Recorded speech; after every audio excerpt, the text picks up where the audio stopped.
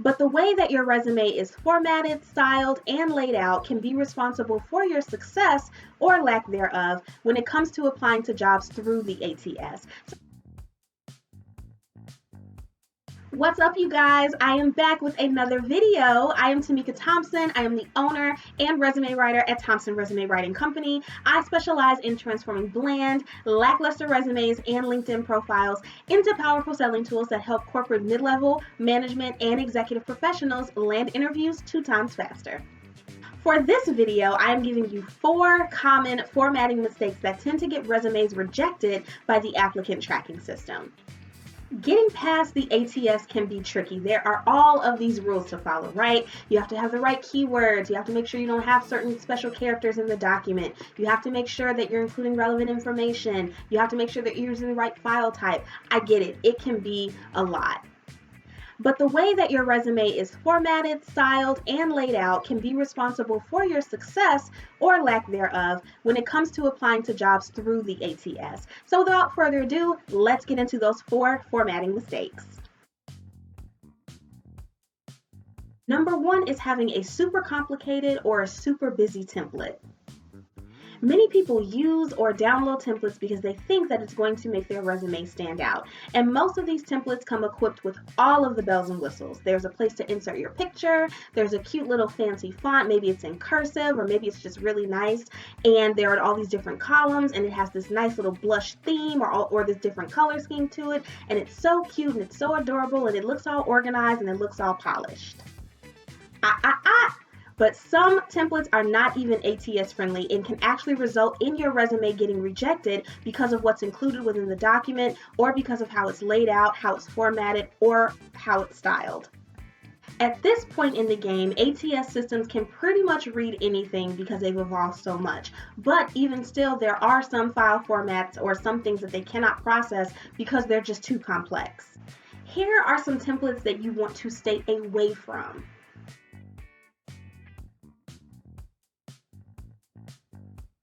Number 2 is having your resume and all of its content be composed of 2 to 3 columns. So I don't know who thought columnizing resumes was a good idea, but it is not.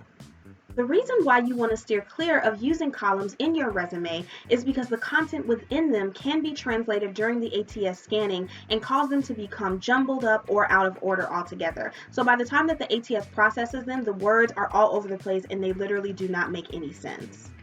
If you do use a column within your resume, try to only use one, and that should be used to list or display your skills and specialties. Here is an example on how you can use a column to display your skills or how you can display your skills without using a column.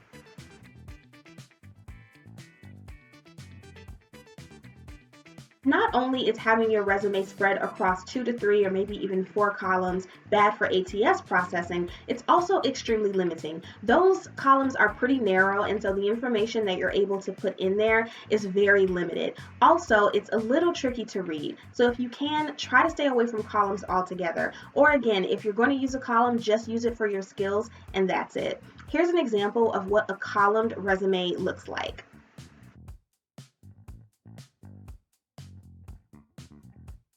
Number 3 is having a document that doesn't naturally read from left to right. So the human eye, if you did not know, naturally reads from left to right in a Z-like pattern. Having your job history or the information in your resume listed in a confusing or a scrambled pattern that requires the eye to kind of jump all over the place may cause your resume to get rejected by the ATS. Because the ATS system was designed to read resumes like a human, that means that it is going to process, scan, parse, and match information within your resume similarly to how a human eye would. So if the information is too hard to translate, perceive, or if it just can't figure out the flow of the document, it's probably going to just ditch your resume altogether. Here is an example of a resume that might be rejected by the ATS because it's a little bit all over the place.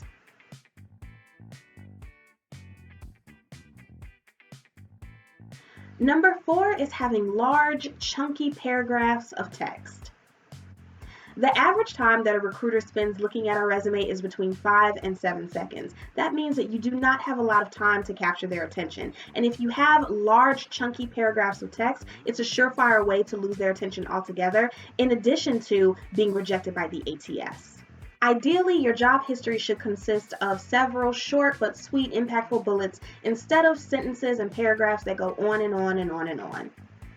In addition to this, hefty paragraphs may actually contain too many words or too many characters, and if there is a limit on the amount of words that you can put in a space, or if there's a character count limit, that means that some information is going to be cut off, which is what you don't want to happen.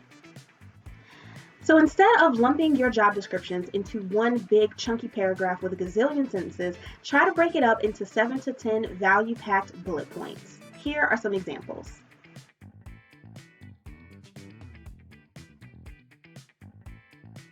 So if your resume has any of these 4 formatting mistakes, I need you to fix it like ASAP. Just a quick recap. Number 1 is a funky template. Number 2 is columns. Number 3 is having a document that does not read from left to right. And number 4 is having chunky paragraphs of text. The ATS does have its challenges and it can be tricky, but having the right format, the right style, and the right layout can be your secret weapon to getting past it. If you need assistance with your resume, I would be more than happy to help you. Feel free to reach out to me directly. My email address is hello@thompsonresumes.com, and you can also visit my website at www.thompsonresumes.com. And last but not least, before I officially end this video, I want to encourage you to please subscribe to my Tamika's Career TE newsletter. Every 2 weeks, you can expect an email from me containing cover letter, LinkedIn, and resume tips and hacks, as well as trending career news so that you can stay on top of your career A game. Thank you guys so much for watching, and I will see you in the next video. Bye, guys.